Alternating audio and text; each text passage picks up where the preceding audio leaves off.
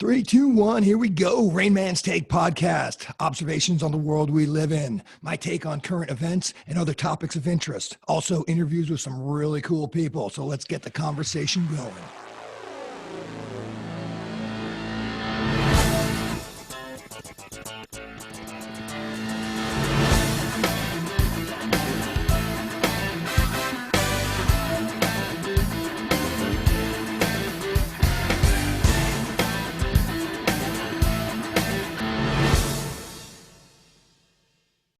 Hey everybody, it's the Rain Man. Want to welcome back my guest, Kevin Russell. Kevin, how you doing today?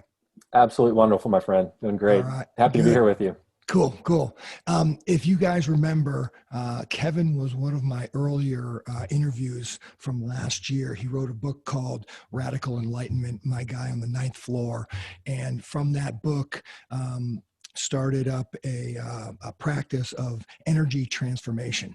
And that's not the reason why I wanted to have him on today, because we already had a very in-depth interview about what Kevin does.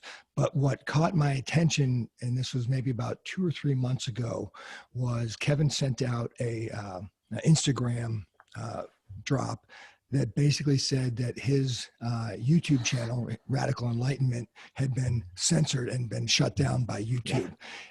Absolutely, Kevin had no idea what that was all about. And so it got me thinking that would be a great topic of discussion. It's very prevalent in today's world right now. And what we're talking about is censorship, not only internet censorship, but just censorship at all levels. So Kevin, thanks very much for joining me. And I'm really looking forward to talking to you about this today.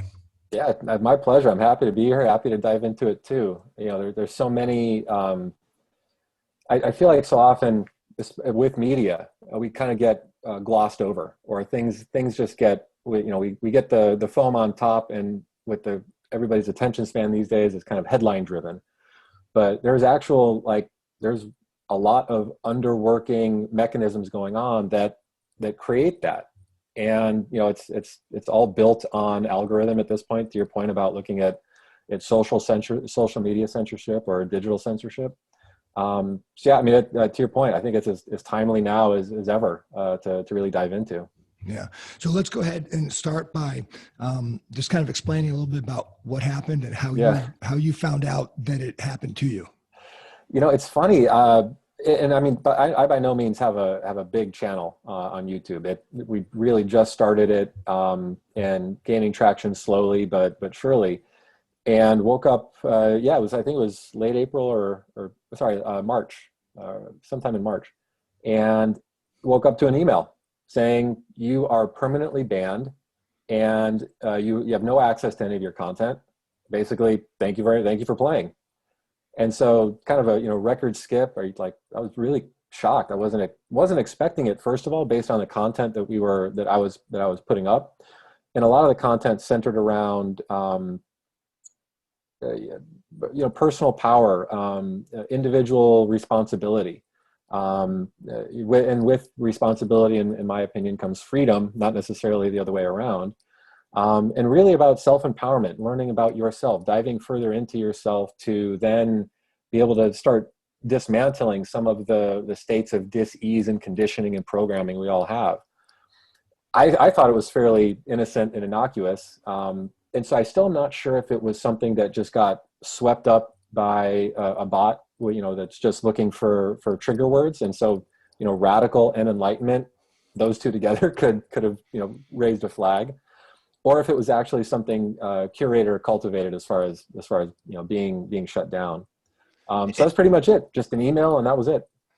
And basically, obviously with COVID, your whole practice is online. And so you were pretty much dead in the water at that point. Yeah. And so we had run a couple practice series, we call them. And it's really using the book as a foundation to then implement internal change in our lives. And it's a 6-week course. And we had all of the video support up, hosted on YouTube for that. We've created a self-muscle testing course, which is a really good practice to tune in more to our intuition. It's really an intuition trainer. And it was an 18 module self-study course online, all of that. Luckily we had them locally, but we were down for, I think I got the email like on a Friday or a Saturday, and it took me a couple days, but, pivoted to Vimeo. And so went the paid route, which is, in all fairness, that was the better way to go for more evergreen or, more course-based content. And so it was in that regard, it was a great nudge in the right direction. But at the same time, we had students, we had clients that were active in the program that were, same kind of thing, non sequitur, record skip, just everything gone. So it was a triage scramble. So the first was making sure we got everything that was being utilized by people in the people that we're working with back online so that it could be accessed. And then second was really diving in and trying to unpackage what happened, why did it happen, and is there anything we can do about it? All right. So we got kind of the what happened. And so why did it happen? And what did you find out when you started digging into it? Absolutely nothing. Seriously. Radio silence, email silence, support silence. There was a very hands-off appeal process. And it was basically they said their case. And the challenge was the violations that they noted were very broad. And there was nothing specific as far as, did we use the wrong tags? Did we use too many tags? Was something mislabeled as far as it wasn't necessarily geared towards children, but we accidentally, checked the box that it was geared toward. There was nothing specific of violation. It was just, please reference our user guidelines, which are, as broad as the country is wide. So without having any information to go off of, it was just literally the only thing we could do was appeal. And so we appealed, and there's a character limit on how many words you can put in the appeal. So you can't really explain what happened, and it takes them who knows how long to review, or I don't even know if it is a in-person review at first. So I think it was within the day or maybe the day after I submitted the appeal, and they said, okay, please allow, I think if it was either a couple days to a week, maybe plus, to get a response back. So I was like, okay, cool, appealed. We'll just set it and forget it. We've got other stuff to do. Next day, we get a response that the appeal has been denied. Like, it seemed kind of without even review. It seemed like a lot of this was automatic. Okay. I actually missed the email, so it was later that week that I saw the email, and then I reappealed again, and the message was, you can't appeal within, and it was this time frame thing. You can't appeal within 7 days of appeal. You have to wait the requisite time and all this. I'm just like, and none of this is laid out anywhere. This is all kind of like, you go through one gate, you get to the next gate, and then you get smacked in the head with the restrictions. And so where did you even start? Were you on YouTube doing that, or did you have to find another website? And you're just finding all this stuff on your own? Yeah, really kind of getting kicked out of the nest and trying to build the wings on the way down. And I had it was shut down. There was no access to my channel at all, and I couldn't even log in. It was just this account has been suspended indefinitely. Access denied. So it's really just relying on the email communication, which was the only inroads to really their support area. Yeah. And so through the email, getting to the support, again, very limited. It was, what's your email? What's your case number, your channel ID, and why are you appealing? And so the second time, got kicked back or appealed once, got denied, appealed immediately again. It got pushed off saying you're appealing too soon.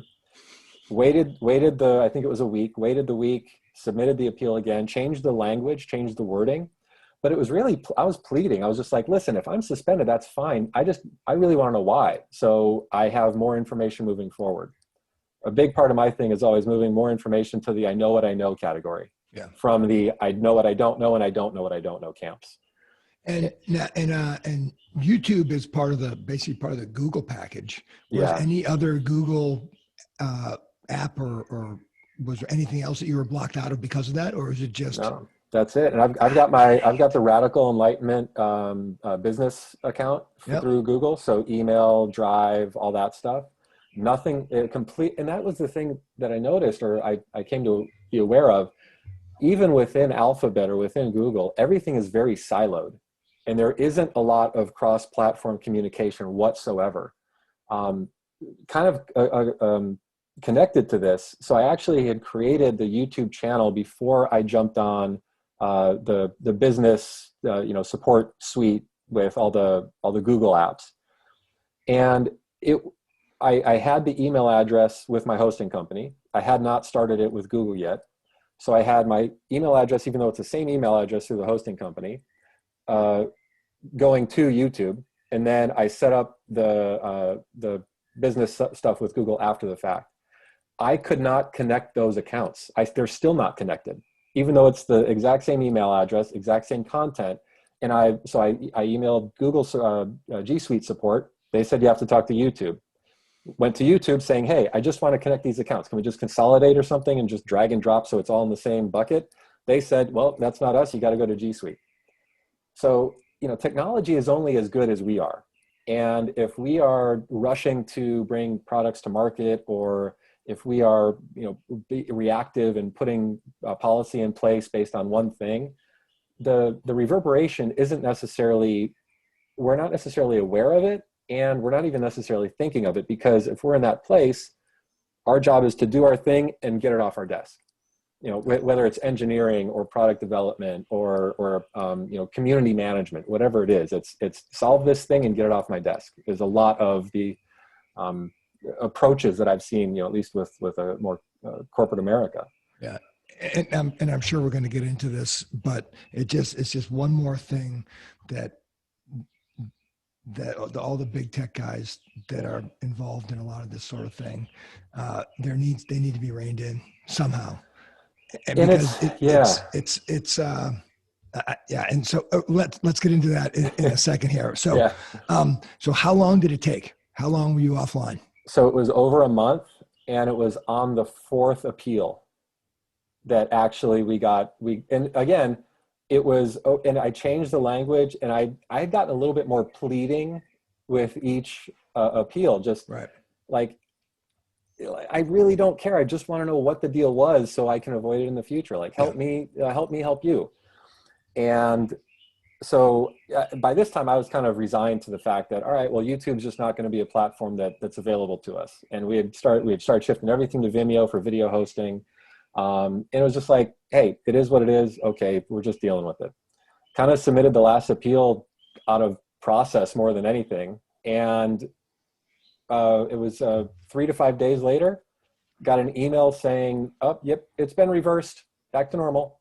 No explanation, no apology, no context of the what, the where, the why, or the how. Just, it was literally, there was the effect of the switch was off, then the switch was on, and literally no other communication. So still to this day, no idea why it happened. Haven't been impacted, luckily, knock on wood, to this point with anything else. So yeah, still don't know if it was just something where the keywords got flagged in an algorithm, or if it was a content flag, or if it was some type of a policy violation flag. We still don't know. And so it's just kind of very, very tiptoeing with everything we do, making sure we're not, there's not too much inflammatory language as far as within the descriptions or titles. We're not, getting close to any tolerances or going over with any tags. So it's just, heightened awareness, heightened care on our side, but still no idea why it happened. And that is kind of one of the insidious aspects of this. It's forcing you to modify your business, your practice, the way you operate.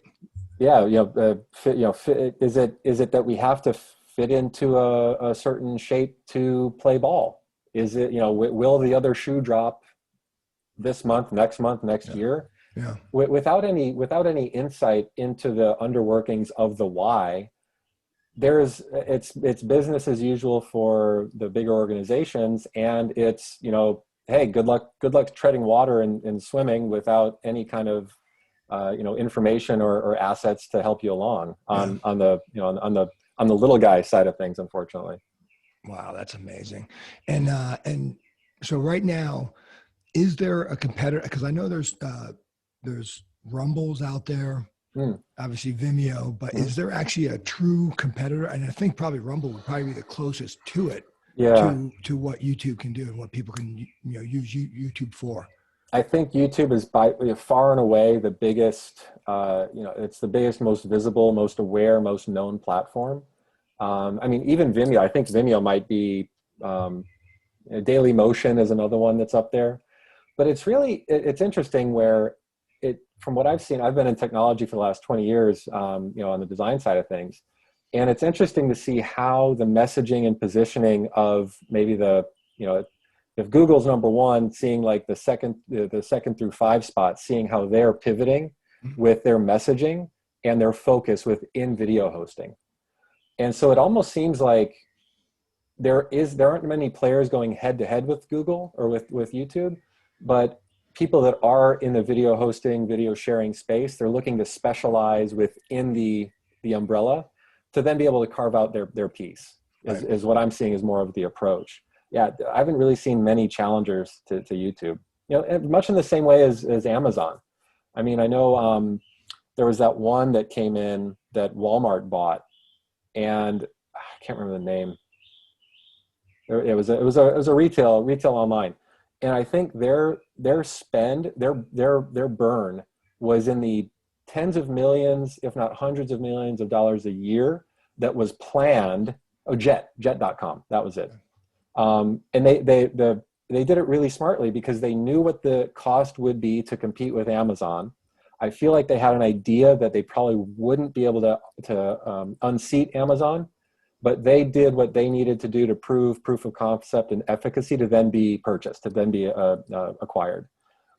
But even with that, it's like you're going to take down the big dogs, and the goal isn't necessarily to take down the big dog, but it's to get acquired or to carve out enough space to then, at least have some solvency. Right. And so how do they do that? You're saying most likely it's just a computer algorithm that, it's looking for words, it's looking for combinations of things. Yeah. I mean, is that basically what it is, and that's the brick wall that people run into? Yeah, I mean, it's very similar to the algorithm tweaks that Facebook has made that really led to the volatility that we've experienced in the last 5 years or so on social media platforms. In a different but similar way, in that there is an algorithm driving things. TikTok's For You page algorithm is another one where it matches content with behavior. Yeah. And so I think with YouTube, it is just kind of this set it and forget it algorithm that they're adding keywords to as they come up. They're looking for phrases or ways that language is either being used in the video or text that's being written in comments or in video descriptions and titles is the first line of defense or offense, I guess, depending on how, what side of the coin you're on. Because at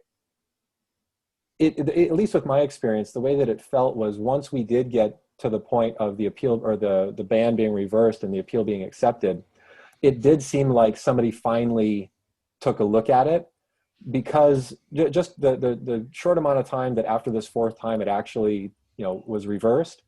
And then I have to look back at the email, but there was some language in there. It did seem like a form letter, but at least it seemed like it was something selected from a library of form letters that was selected instead of it just being something completely automated. And so it seems like it is that due diligence on the user's side of things. You really have to be your own advocate, because nobody on the other side, I don't think necessarily has any interest unless you're making money for the company, which my channel, I mean, very, very low views and low subscribers, which is another reason why I was surprised that we got a lifetime ban right off the bat we are literally a grain of sand in on the beach. And so that was another kind of very curious aspect to it as well. Do you know anybody else that has this has happened to? Not personally, but I do know in the influencer sphere, there have been these examples, but the difference is platform and reach. I've seen it with more well-known individuals and production teams on YouTube, Right. but they also had very large social reach. And so when I was researching, like, yeah, hey, what do we do? Like, what do I do if I get banned? A lot of the third party, like in the blogosphere, in the tech sphere, a lot of the recommendations were bang the drum on social media, get people in your camp to start. I mean, really kind of like a lot like with anything political we want done. It's like, you got to get the word out, you got to mobilize. And again, being, just kind of, dipping the toe into this arena as far as, media developing media and content around our platform, it wasn't there. And so, it was like, I put the word out and I got support, but the support I got actually was ancillarily through other people in different groups. A lot of people have actually been hearing this happen with more self-help, self-actualization, self-realization, content creators. Yeah. And that was new to me. I wasn't actually expecting that to be part of the equation. Right. Especially, it's challenging. I'm very much in the camp of personal freedom and personal responsibility, and they are it's the same coin, two different sides of the coin. And it feels like, kind of taking it out a little bit of, one layer, that there's been such an erosion of personal responsibility, but such a demand for personal freedom, that there's imbalance everywhere. There's imbalance in action and reaction on the organization side of things, where they're almost having to kind of put these governors in place because they wouldn't be able to do it manually, just because of the volume of content that's being created every day. It's something insane. The bandwidth of content being uploaded to YouTube every minute. So, I mean, I understand all the way around. But it is kind of a, well, that happened to you, man, good luck type of action reaction that's going on right now. Yeah, and this is probably a good start into the kind of the meat of what we wanted to get at here, and that's essentially just how dangerous censorship can be and has proven to be in the past. And what really bothers me is, these are people that have zero accountability. You can't do anything to plead, like you're saying, to plead your case. They're not elected officials. They're there, and whatever they say goes. And unfortunately, they're so big that people just have to kind of do that until competition comes up. But we've seen this with Facebook and with Twitter, that as soon as competition does come up, they're bought out. Yeah.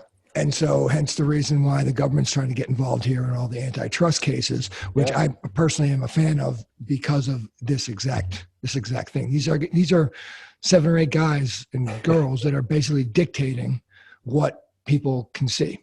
Yeah. And I've got appreciation for it on all sides. I do think, it's an idea, it's a platform, and it's a business that was created at the perfect time.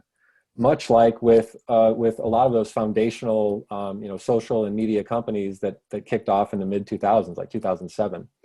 And I on the one side, I completely appreciate, yes, it is a private company. Yes, they can do whatever they want.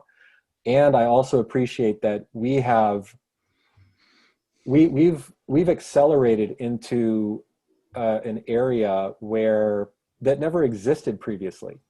And I think a lot of oversight, or a lot of more governmental agencies really got caught with their pants down as far as any kind of regulation in the space, because it wasn't well understood. Even the internet wasn't well understood. David Bowie was one of the most visionary people, I think, in the 1990s. He saw what the internet was going to do, and he actually created his own internet. It was Bowie something or other in like 97. But everybody else was, in mainstream corporate America, it was very, very much dismissed. It was just dismissed as, you can talk and share files. Well, what's that going to do? How's that going to be business oriented? Right. But then the visionaries who were in it and saw it, they went full steam. So yeah, I completely agree. We are back at a, kind of a muckraker, Upton Sinclair, the jungle space where that is needed, and if it is something that gets too big, I think that there needs to be at least some type of equanimity in expression, where if it is a platform and it is going to be open, then it needs to be open. Yeah. If it's a platform, but at the same time, it's a private company, so they can do whatever they want. And so I always go back and forth. I definitely see both sides. But I do feel like everybody involved has gotten way far out to a place that wasn't intended, wasn't thought, wasn't expected. Yeah. And everybody's on their heels trying to mitigate and manage. Well, and this is a perfect example. It just came out earlier this week, that the Biden administration during the last campaign was just hounding Facebook. Oh, hey, yeah. We need you to do this. We need you to do X, Y, Z. We need you to, they were just hounding them to, essentially, my take on it was they were saying you need to keep an eye on what they're saying over there, right. i.e. Yeah. Censor without saying censor. And the thing that bothers me the most about this is that these platforms, Twitter, Facebook, YouTube, they got political only within the last 7 or 8 years, really. Yeah. And just hypercritical within the last 2 years. Yeah. And it's completely one-sided. And so that's where it gets really dangerous, because now you got, as it came out, and who knows how effective those letters were from the campaign, but you actually have the government telling or requesting that they become more of a censorship platform. Yeah. And that to me is scary. It's really, yeah, kind of dangerous steps all the way around, where, I always go back to this. Technology is the human experience expressing itself as a digital product. We are only as good as us. Technology is not going to save us. We have to be active in our own rescue. We have to be active individually and collectively. Yeah. And so really what we're just seeing is a reflection of societal and global dis-ease that's going on everywhere. Yeah. It's just being intensified and magnified because it's being distilled down into, 120 character sound bites on Twitter, clickbait videos on YouTube, incendiary posts on Facebook.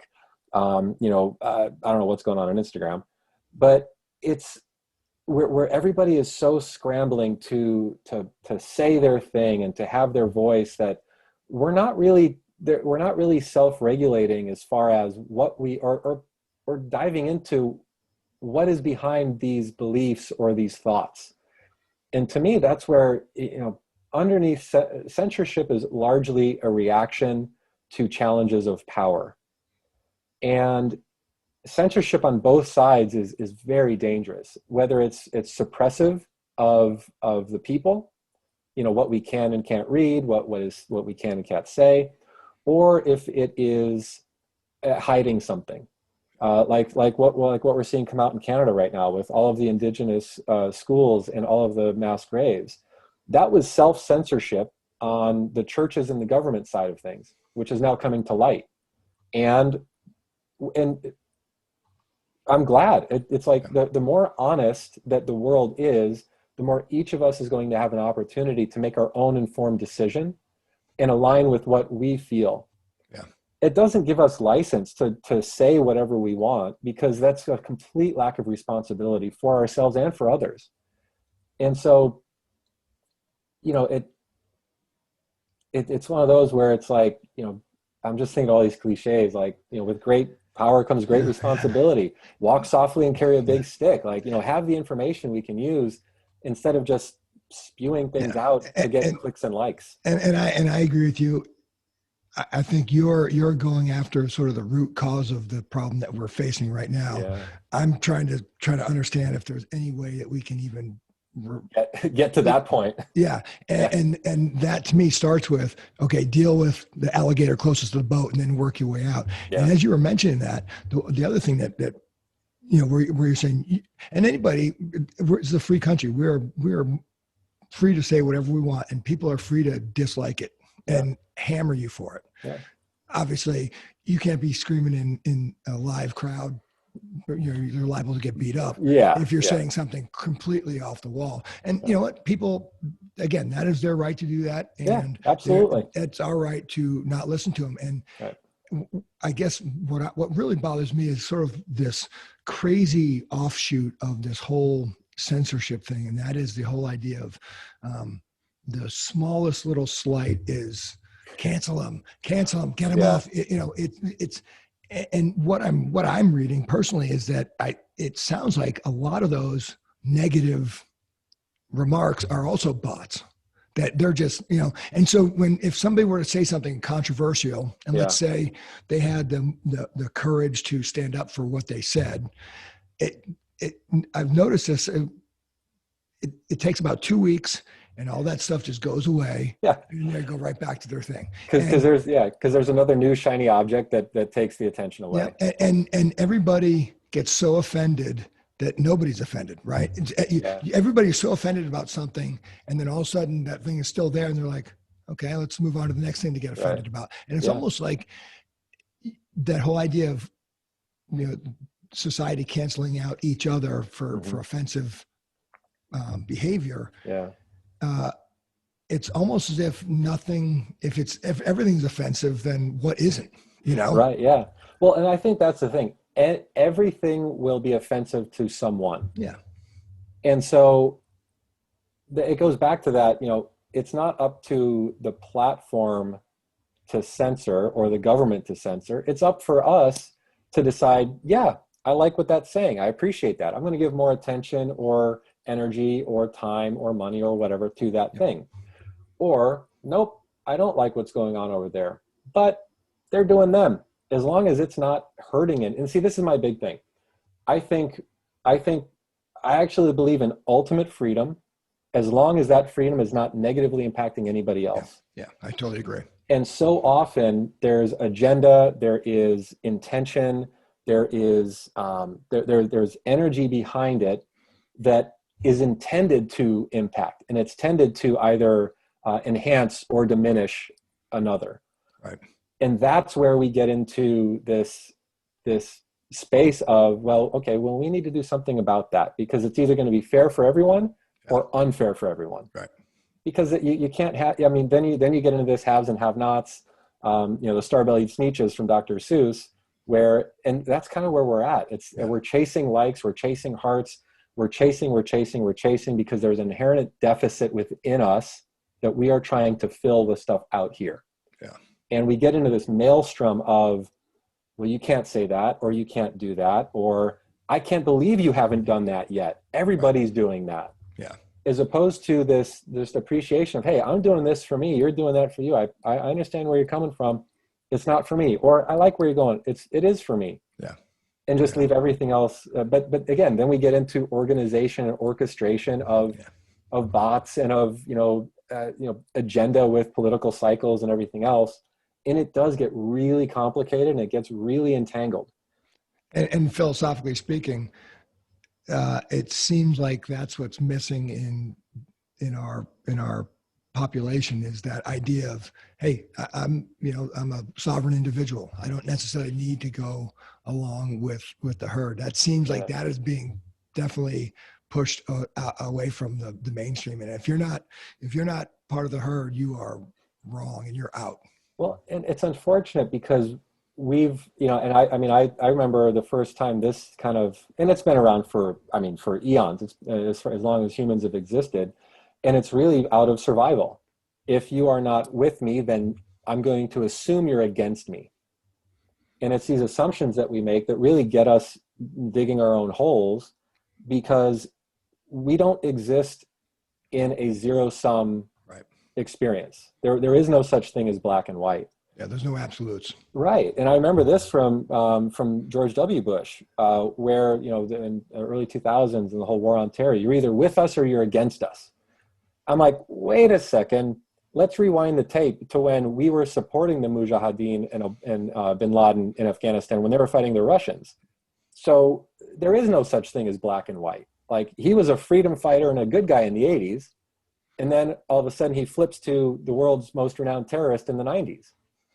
And so, you know, perception, intention, and desire are going to drive the story. It's going to drive the narrative. And if we continue to vacillate the narrative based on the short-term gain or based on fear or desire or reaction, we're just going to create more of a swamp and more of a rat's nest of all the things we're seeing right now. Yeah, and it seems that's where we are. And thankfully, and I'll just use news as an example. Yeah. Thankfully, there are independent journalists still out there, guys that have been kicked out of their platforms, like Matt Tiabi and Glenn Greenwald, who have started the Substack, that whole movement of the independent journalists. Yeah. I mean, I actually read them more than I would even look at anything from a mainstream news, and that's not even getting into what we're talking about, which is there are these platforms are actually blocking some of those newspapers that they don't disagree with or that they disagree with. They're actually blocking the stories that come out. I'm glad you brought up news. I was actually thinking about this today when I was just kind of, you know, getting in the space for this conversation. Yeah. Thinking back to when the 24-hour news cycle arose in the 1970s. And, you know, before that, I feel like, and I don't have firsthand knowledge, but it felt like the news was more of like a municipal service where this is what's going on, and this is the way it happened. And as soon as money and profit and agenda and perception came into it, and recognizing that, well, fear, you know, if it bleeds, it leads, and fear keeps eyeballs on the screens. Yeah. We've evolved over the last 40, 50 years into this juggernaut of fear and reaction and intention, and attention and desire. Either desire for safety, fear of the other, desire of all the pretty things we see advertised between the spots. So having part of the news cycle be paid advertising within news programs. Yeah, it's all gotten so muddled that, to your point, it's like, well, if everything is, then nothing is. Yeah. Yeah, and this goes back to one of the original reasons why I started this podcast is I don't believe anything I see or hear. I've got to dig into it. Yeah. And usually that's digging into some really interesting journalists to get just to get the facts. And it's funny, as I'm saying this, it comes to mind.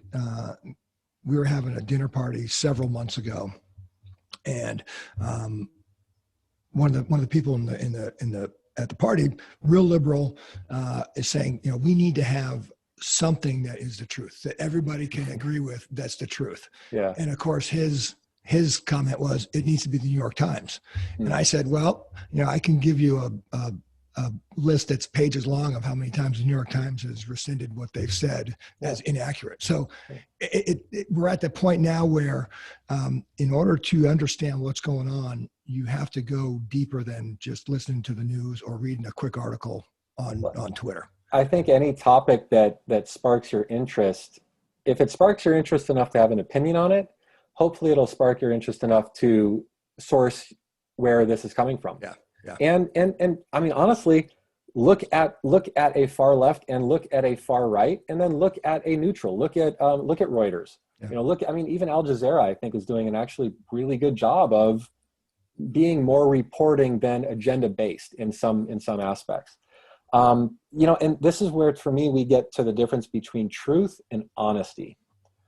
Truth is subjective, and that's the challenge. And especially when, you know, so if we're talking about truth and a news cycle, we've also got the need to lead. Yeah. And so this is where you get to, you know, you get people like, well, is it real? I don't know. I got a source. My guy said, the guy behind the guy says this. So we know somebody else is going to print it. So we got to be first. Yeah. And then the nice thing is, I actually think retractions or tweaks or changes, that's fine. That's great. And as it should be. But those don't often get as much politicization or visibility as the original article. Right, because that incorrect fact was blasted out there. Everybody Right. talked about it for 24 hours and then moved on. Exactly. So if, you know, I mean, then we get macro into a whole bunch of different areas that are their own, you know, their standalone conversations. So if we keep it looking at news cycle, news programs, what their agenda or what their driving force is to be first, be loudest, or be most visible. Yeah. If that's the primary function or primary driver behind the effort of the action, the you know, truth and honesty and balance really take a back seat. They might even get kicked to the trunk or out of the car altogether. Yeah. Because what we're looking at in the hierarchy of importance is off. It's really based on very, very low hanging fruit as far as, you know, oh, we get the spike in traffic, which is going to, you know, another 1,000 views, and we get to do the advertising. And, you know, if we go back to it, it's, you know, money and commerce is a major factor as well. Yeah. And the current financial cycle that we're in, I mean, for the last 50, 60, 80, 100 years is going to be unsustainable over a long enough timeline. Yeah. Profit at all costs and exponential growth is unsustainable. It's not realistic. Yeah. It doesn't exist in nature. Yeah. And what it does, especially in the news, is it forces people even further into their camps. Right. So in order to understand, like you said, in order to understand, you need to read both sides, and then somewhere in the middle is where it's going to most likely, you know, take a fact from each thing and then say, okay, what's in the middle of that? And that's usually where it is. And, you know, it's amazing. And I'll just use a couple of examples. And whatever your opinion on the whole Hunter Biden laptop computer thing, whatever your opinion is on whether that would have had any impact on the election or not, that's actually irrelevant at this point. That was, in my view, I think a lot of people should have that should have been at least out there, so that people can say, hey, this was actually a newsworthy event with a newsworthy individual. And PBS, the NewsHour, PBS, literally said, when that article came out, they basically said, we don't believe this is true, and so we're not going to cover it. And they literally have. So anybody who listens to KPS as their primary source of news has no idea what the other information is that's out there pertaining to that particular instance. And again, I'll pick on PBS again here. I don't know if they've covered all of the scientists and people that are now starting to say, okay, well, maybe the whole thing did come from a lab. You know, that's actually potentially a legitimate answer. Yeah. I don't think they've even said that yet. And so what I'm getting at is they're essentially censoring, they're essentially keeping their viewership in that little dark box. Yeah. Yeah. And they're doing the exact same thing on the other side too. So absolutely. Absolutely. And so that to me, and that I don't know if that's censorship, omission. It's all basically the same thing. It's keeping information from people. And in a free society, that's not how it's supposed to be. Well, and I also think once we monetize information, that's not really a function of a free society either. Yeah, you're right.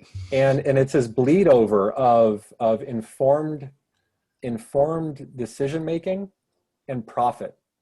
And because of our current, you know, and it's all feedback loop on you know, whether the left or the right, or you know, the almighty dollar is king, and everything else, wherever we land, anything. And again, we are pre-programmed, we are conditioned for this as beings, to reinforce our beliefs, to find information that keeps us feeling safe, keeps us feeling justified, keeps us feeling righteous, and keeps us the good guy. Yeah. And that's the thing. We've got both sides saying we are the good guy. We are, and so, but we're not doing anything to cross over and say, well, wait, if you're the good guy and I'm the good guy, but you don't believe what I believe, wait, that doesn't make sense. Nobody even gets to that point. We're just stuck. And again, it's the fear factor that I really think is driving so much of this, Yeah.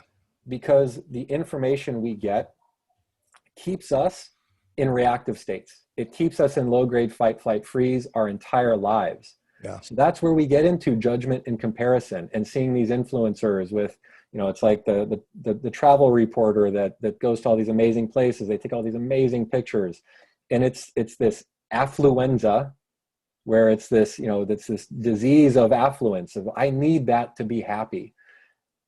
No, you don't. There's a great story where this Wall Street banker is on vacation in Tahiti, and there's a guy fishing, and he's like, man, I'm just starting to get my toehold in with the firm I'm in.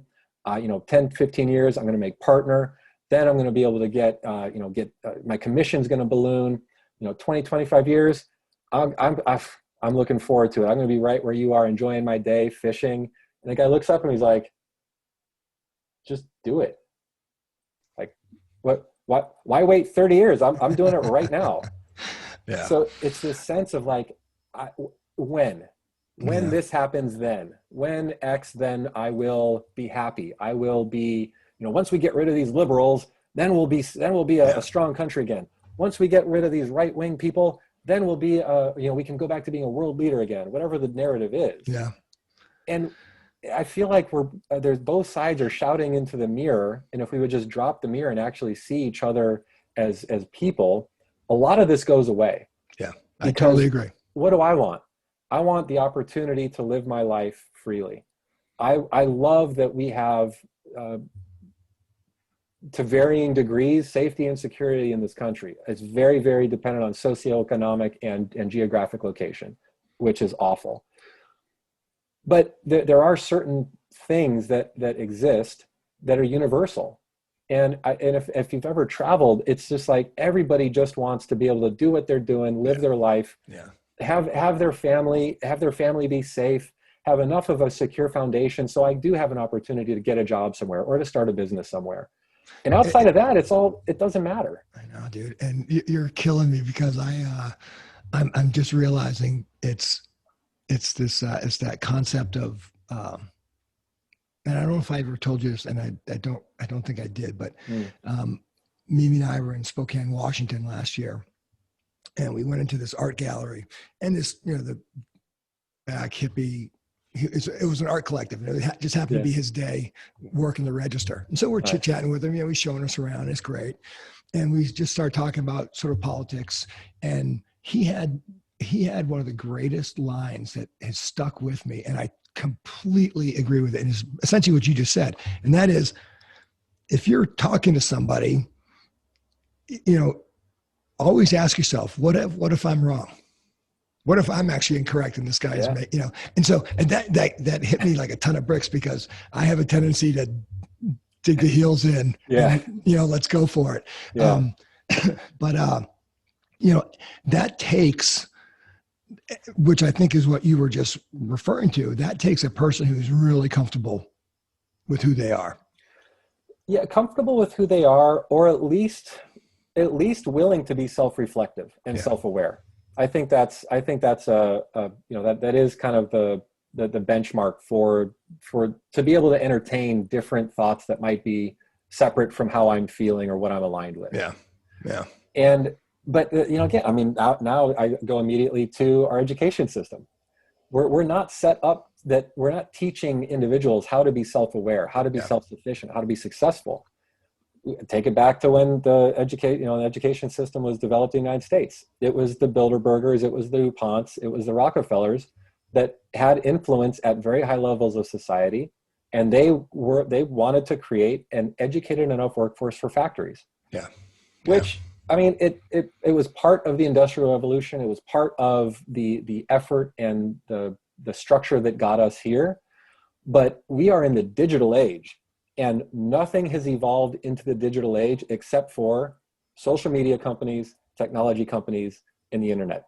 Everything else is playing catch up, including the foundational aspects of a healthy and free society, which is information and freedom.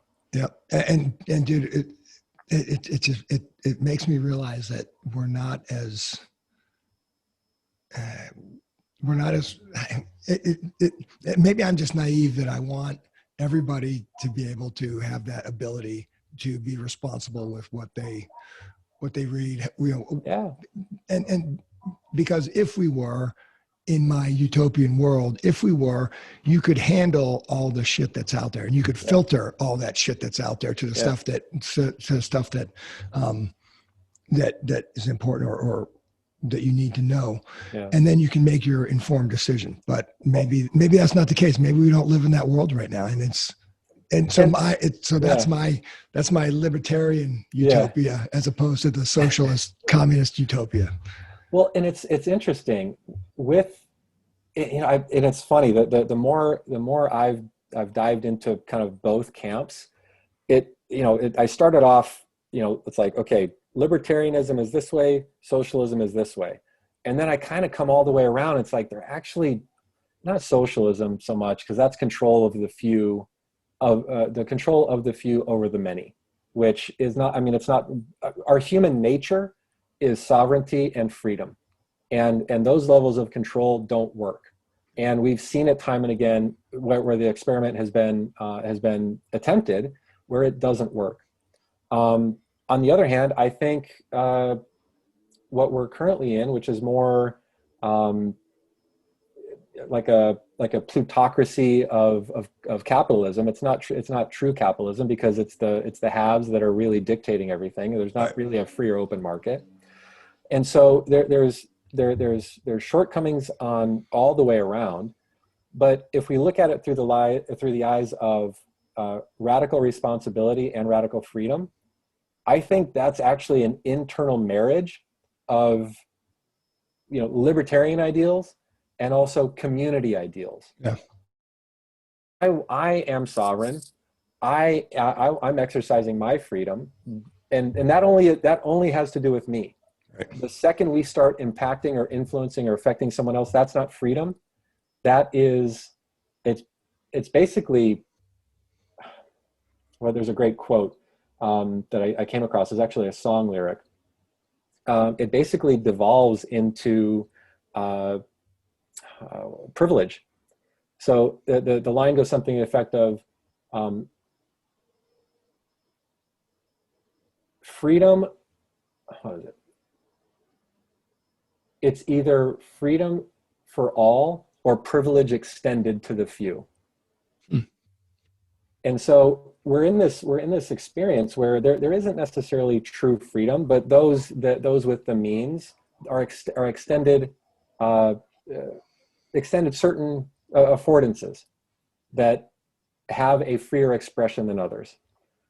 And so if we look at it through that lens, when we do exercise personal freedom, in my experience anyway, I'm playing more heads up ball with everybody else.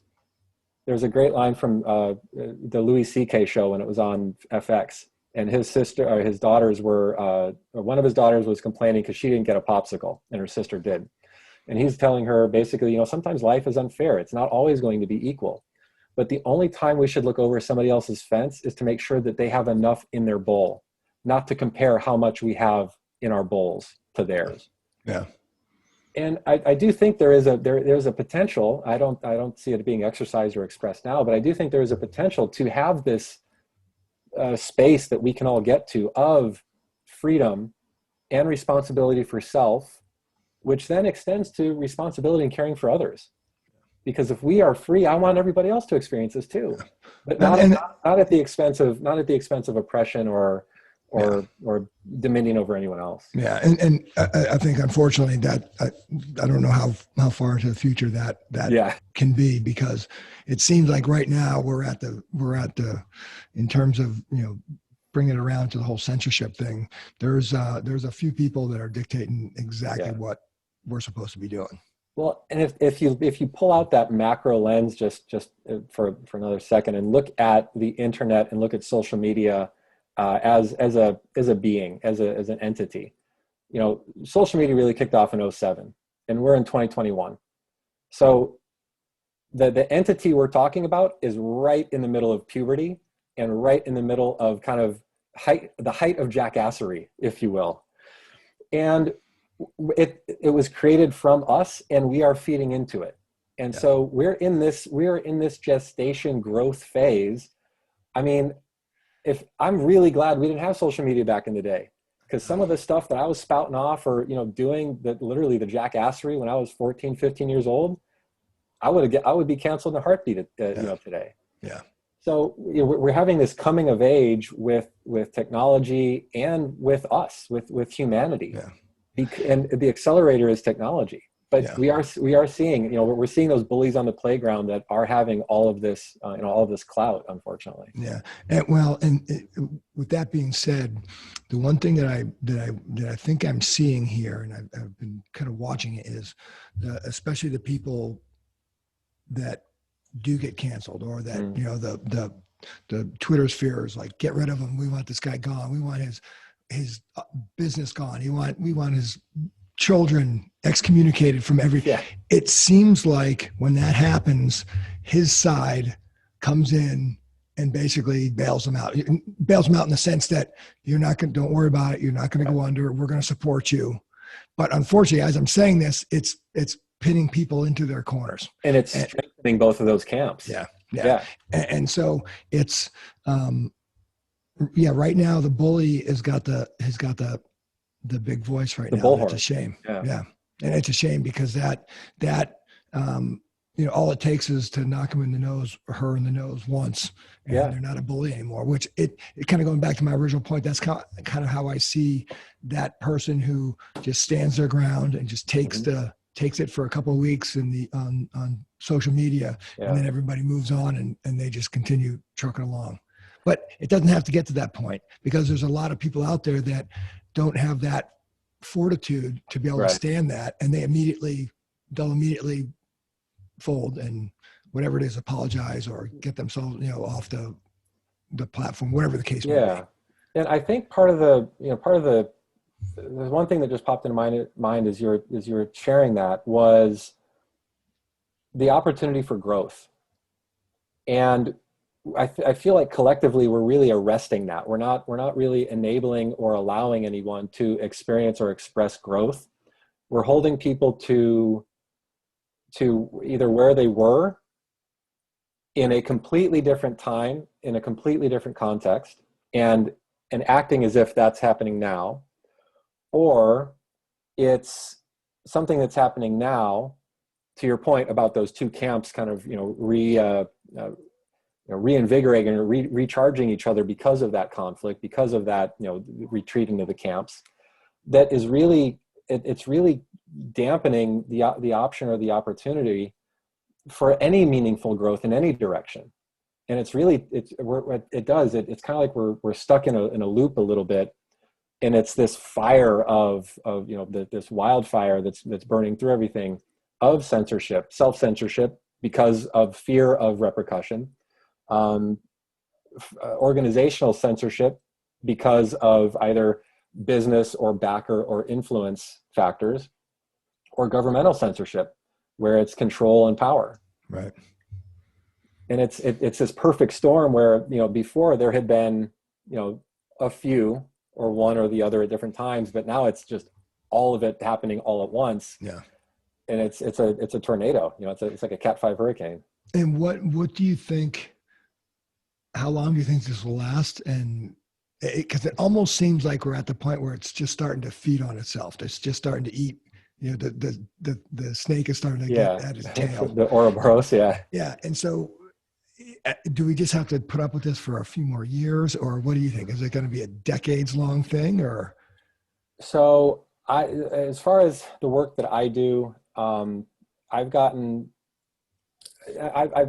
really gotten to a place of tuning down the thinking and turning up the feeling. And when we reconcile concepts or ideas or thoughts through our system, not just in our head, we're bringing more tools into the equation that we've got to operate from. We're bringing how does it make us feel inside? If I'm spouting very hateful rhetoric, or if I'm bad mouthing someone or canceling someone, up here it feels very righteous and very justified and very empowering.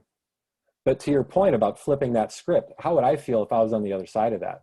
Yeah. You know, what if I'm wrong? Yeah. If everybody could, you know, we start getting that head of steam, and we're getting that vim and vigor behind us, and well, I'm going to light this person up. If we can just take that breath and say, well, what have they gone through? What have they dealt with that's brought them to this place of resistance or anger or frustration or rage? Nothing is created in a vacuum, but we're kind of treating everyone like everything is. Like, you know, like older generations, holding them to, you know, yes, let's bring everyone up to where we are.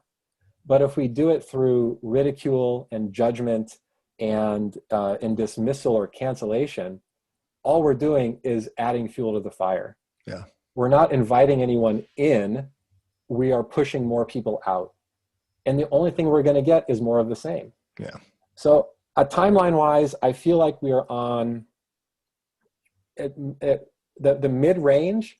I feel like we're entering into a 12 to 15 year period of upheavals here and there. I mean, we've never been in as much of a period of reconciliation and more honest expression as far as a reconciliation between, I mean, I'm taking it back to European expansion into the Americas and the decimation of native populations across the globe. I mean, it's happening in Australia, it's happening in Asia, it's happening in Africa, it's happening in the Americas, where it is, all the information to me is coming up instead of just the selective information that maintains power or maintains control.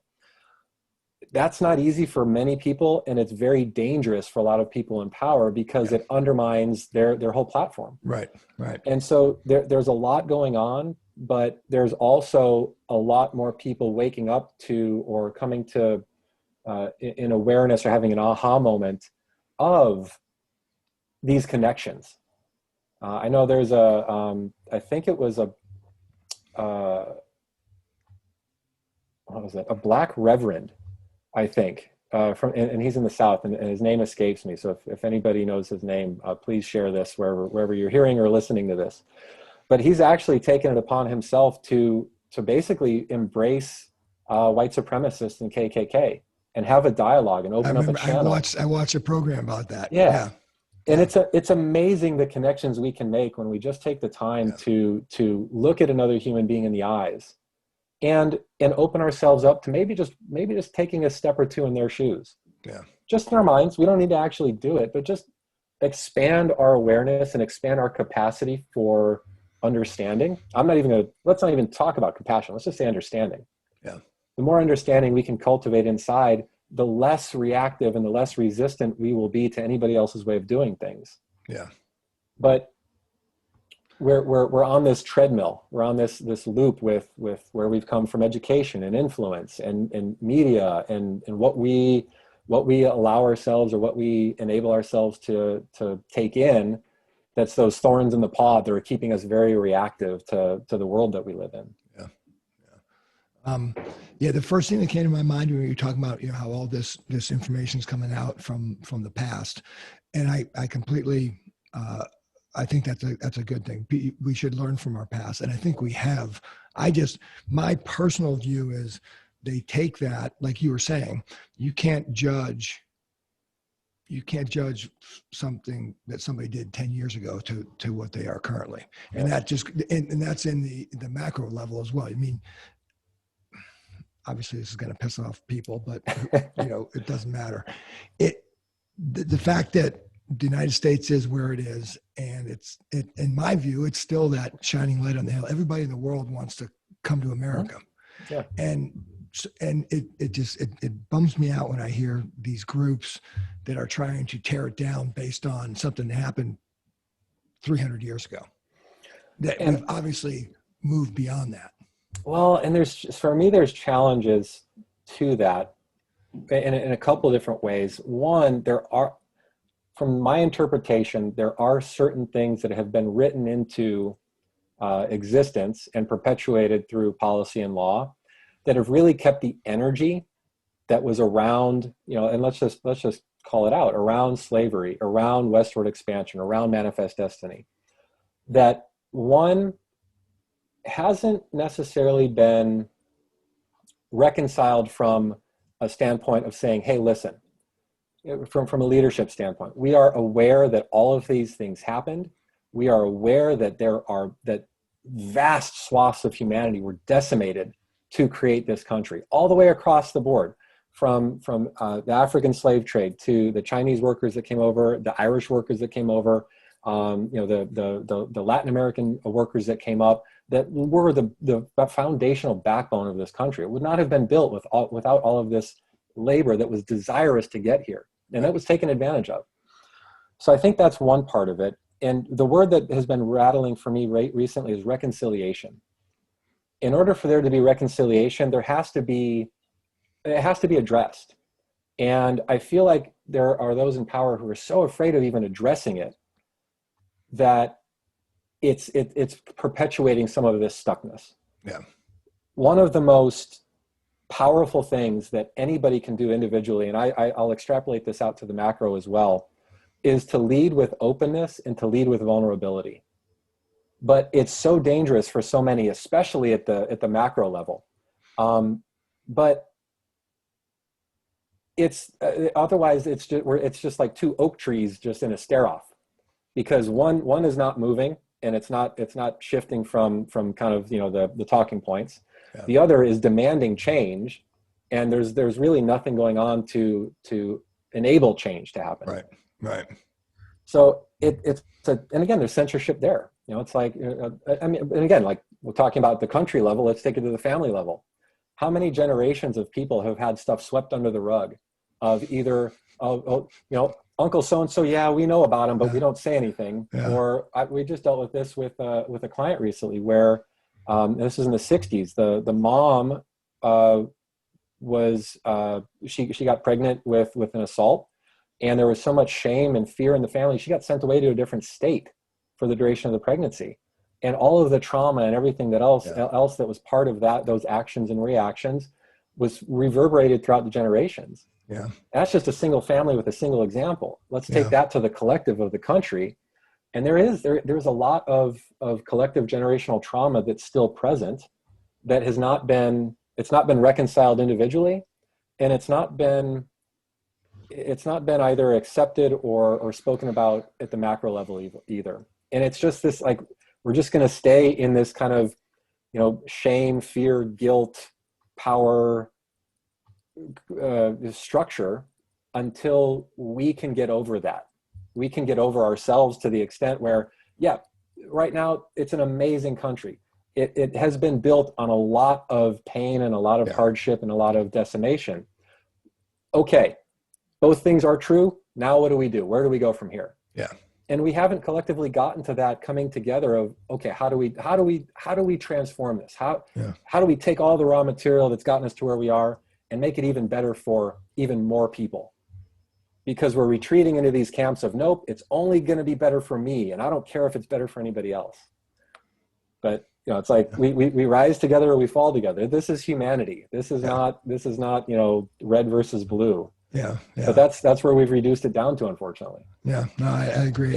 And one of the excuse me, one of the things that I've little exercise that I've done is, I said, yes, I understand when the Declaration of Independence and the Bill of Rights was written. If you just change the word man to human, that's one of the greatest. Those are the most enabling documents for everybody and anybody. And we have to take out, I think it's something to the effect of either indigenous or Indian savage that's in the Constitution too. So we got to get that out of there. Yes. Yeah. and I hear you. But I agree. I agree. Because well, anyway, we're starting a little bit off track here, but it's dude, when you brought that up, that censorship has been a part of the human experience forever, because you got to keep the cohesion, you got to keep it. I just feel like it's gone way over. Yeah. Especially in the public domain. Well, and this is kind of this. I completely agree. Yeah. And this is where I was going when I was looking at like, let's see what's just behind censorship. It's power, it's greed, and underneath that is fear. Fear of what happens if information gets out for people to make up their own decisions. I think a lot of that it goes back to the human component, where if we have a certain perspective and awareness of whatever, and we feel that if this gets out, it would undermine my position, it's basic self-preservation. Of course, I'm not going to let that thing get out because it would destroy me. Yeah. Even if the collective good that could come up from it outweighs, I don't know if you heard that, there's a psychological, it's almost unanswerable. It's the trolley experiment, or the trolley or exercise. Right. So you're on a trolley and it's on tracks, and you've got the lever, and there's an offshoot there's an offshoot where you can change track. It's runaway. You cannot stop the train, and there are 30 people just stuck on this track in front of you. So you can either not deviate the train and kill all 30 people, or deviate the train to the other track, and it's just your grandmother that's on the track. So it's a moral conundrum. It's a moral quandary, because what do I do? Is the value of the few greater than the value of the many, especially when we get these very, very personal connections involved? Yeah. And so, I mean, there's no easy answer outside of, to your point, let's put ourselves in the other camp. Just for a second, let's practice extending our perception and imagining what it would be like from somebody else's perspective or experience. Yeah. And if we start practicing that, I do think that is a really functional way to start taking those steps forward. I totally agree. And just, hearing that just a year ago from that guy in Spokane, I think about that all the time. Yeah. And it's tough to do, dude. On self-reflection, it's tough to do. And honestly, I think it is tough because we've never necessarily been given a blueprint or it's like, if I want to work out and get like shredded delts, I can go online and find 500 different practice methods and approaches to do that. Have you tried the delt shredder yet? Is it? Tell me that's not a thing. Okay, good. I'm kidding. It probably is, but I'm joking. I don't know. Yeah. No, the ab shredder 3000. Yeah. The delt shredder. No. But there hasn't been a blueprint for self-awareness or self-reflection. Yeah. And to me, it's 100% a practice. And just like anything else, if we didn't practice walking, our knees and our butts and our hands would be shredded right now. But none of us stopped when we fell down when we were walking, because it was almost it is a biological imperative. Humans, we walk on two legs. Not to deviate too much from the conversation, but another part of the human imperative is our energetic system. And we are the only ones that can manage and mitigate what energy we allow. If it's fear, if it's anger, if it's scarcity, and we embed those things, it's going to be very hard to see anybody else's perspective, anybody else's point of view. So I think one way that we can get there is extracting ourselves from the visceralness of the things we're experiencing. So turn off the news. Let's just give yourself a challenge, a 14-day challenge, no news. I'm just going to connect with people. If I go to the store, if I go to a class, if I have a business meeting, I'm going to connect with the individuals in my life and see how our lives change. And then once we make those connections, we're practicing that communication, that interpersonal interaction.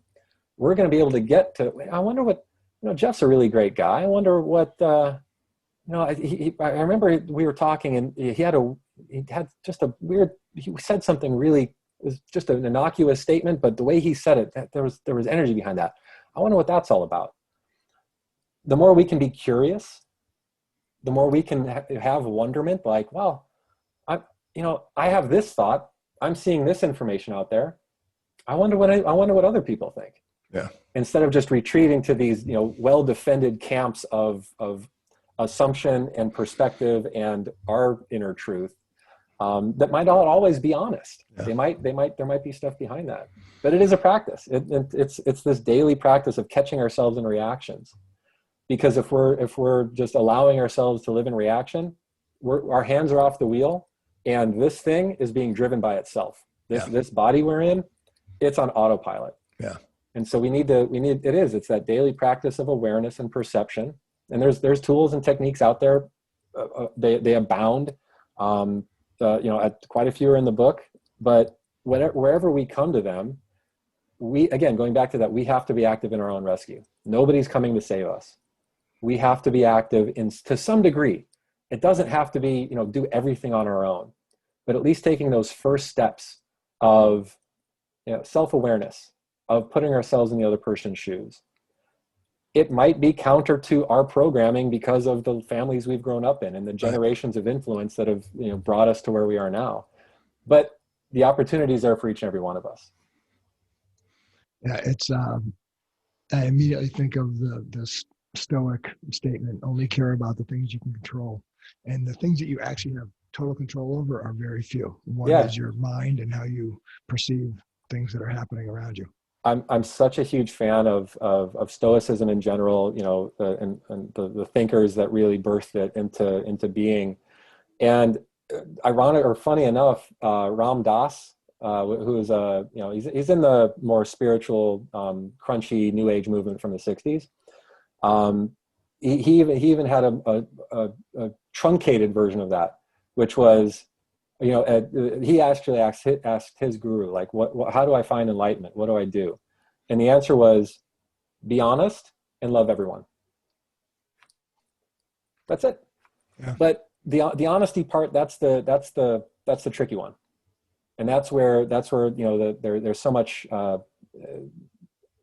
insidious. I love that you use that word, because it's very subtle in the ways that language and media is manipulated to elicit a response, which is the intention. Right. So going back to that personal responsibility, it really is up to us to pull ourselves out of that game. We don't have to play it just because it's there. Yeah. But it's very easy to play, and we get very visceral rewards for playing it. We go back to feeling justified, back to feeling right, back to feeling enabled and powerful, because we are experiencing something that aligns with things that we're experiencing. So it's like, yes, that must be the right thing. Yeah. So. Yeah, man, it's it's a daily thing when I'm watching the news. Is think about that. A, don't get too excited, and B, I may be wrong. I may be looking at this the wrong way, and I break that down to, okay, why do I feel this way? Well, this is kind of just my personality. This I've always been. Yeah. And but just even just that, and it can be the space that the space that we need can be as narrow as 3 breaths to break us from a reactive cycle. Yeah. It really doesn't take much. Nice, relaxed, diaphragmatic breaths, or more intense, like we're going to shift out of a reactive state. Yeah. And at least bring ourselves back to a place of a little bit more balance, so that we can make a more informed or balanced choice. Yeah. As opposed to, being completely, on our heels, kind of getting rocked by all these punches that are constantly flying at us. Yeah. Through all the platforms, through all the media, through all the agenda. Yeah. And I guess that's a great way to kind of wrap it all together is, in order to fight censorship as we see in our modern era in terms of information censorship, it is, like you said earlier, look at both sides. Yeah. Look at both sides and make your informed decision based on that. You may need to dig a little deeper and take a little bit more time, but if you care enough to do that, then you can kind of see it for what it is out there. And that is, both sides have a narrative and have a reason for wanting to manipulate people into thinking the way they think. Yeah. So, man, dude, this was good. I didn't think I was going to go this. I didn't think we were going to go all over the place like this, but I was digging it. Awesome. I loved it, man. Yeah. Honestly, it's like, and this is the great part, and also the challenging part, where so much is connected. Yeah. And I love the focus, and I love the theme, at least for the day. But as we were talking, I was just like, oh my gosh, all these other points and factors are it's all kind of part of it. So yeah, I really appreciate it. I really appreciate the conversation. And actually, it's funny that you said that, because the whole time we're talking, I'm like, oh God, do I need to try to get this back to, but I'm like, this actually makes sense. So, what you're talking about has something to do with what the initial framework was. Yeah. So yeah, like you said, it's all interconnected. It is. It is. I hope I didn't go too far afield from not at all, brother. from the I dig focus. it. And so if people are digging what you're putting down, it's radicalenlightenment.com.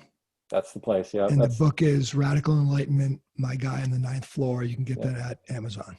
Yep. Amazon, Barnes and Noble, all the major retailers, it's available. Cool. Hey, are you guys planning on starting up in-person sessions again, or is that where are you in that? Yeah. So one-on-one clients, it's funny, the majority of my clients right now are actually either out of town, out of state, or out of country. Okay. So a lot of that, a lot of one-on-one work is really remote.